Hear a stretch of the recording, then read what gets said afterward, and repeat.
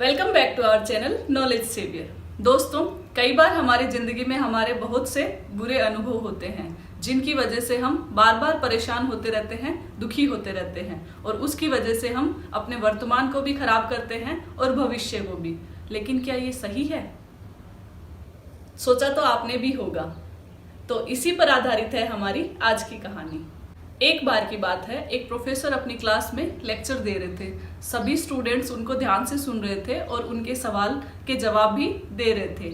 लेकिन उन सभी में से एक छात्र ऐसा था जो काफी गुमसुम और उदास बैठा था। प्रोफेसर ने उसको नोटिस किया, लेकिन उस दिन इग्नोर कर दिया। अगले दिन भी यही हुआ, उसके अगले दिन भी यही हुआ। अगले कुछ दिन तक जब ऐसा ही चलता रहा तो प्रोफेसर ने क्लास के बाद उसे अपने पास बुलवाया और उससे पूछा कि क्या हुआ, तुम्हें कुछ परेशानी है क्या? जो मैं पढ़ाता हूँ वो तुम्हें समझ नहीं आता या कोई और बात है? तो छात्र बोलता है कि सर, मेरे अतीत में कुछ ऐसा हुआ है जिसकी वजह से मैं बहुत परेशान और दुखी रहता हूँ। अब मुझे समझ नहीं आता कि मैं क्या करूँ और कैसे उन सब से बाहर निकलूँ। तो प्रोफेसर ने कुछ देर सोचा और फिर कहा कि क्या तुम आज शाम को मेरे घर आ सकते हो? तो छात्र ने हाँ बोल दिया। उसके बाद शाम को छात्र उनके घर पहुंच जाता है। प्रोफेसर ने उसे अंदर बुलाया और बैठने के लिए कहा और खुद अपने किचन में चले गए और वहां पर शिकंजी बनाने लगे। उन्होंने बाहर आकर शिकंजी का ग्लास छात्र को थमाया और कहा कि इसे पी लो। तो छात्र ने जैसे ही पहला घूंट पिया तो उसके चेहरे के हाव भाव बदल गए। उसका मुंह थोड़ा बिगड़ सा गया था। तो प्रोफेसर ने पूछा कि क्या हुआ, शिकंजी तुम्हें पसंद नहीं आई? तो छात्र ने कहा, नहीं सर, ऐसा कुछ नहीं है, बस इसमें थोड़ा सा नमक ज्यादा है।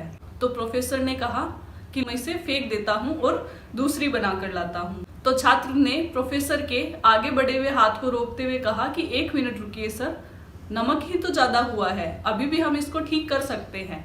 तो प्रोफेसर ने पूछा कैसे? तो उसने कहा कि एक काम करते हैं, इसमें थोड़ा सा पानी और थोड़ी सी शक्कर और डाल देते हैं तो इसका स्वाद बिल्कुल ठीक हो जाएगा।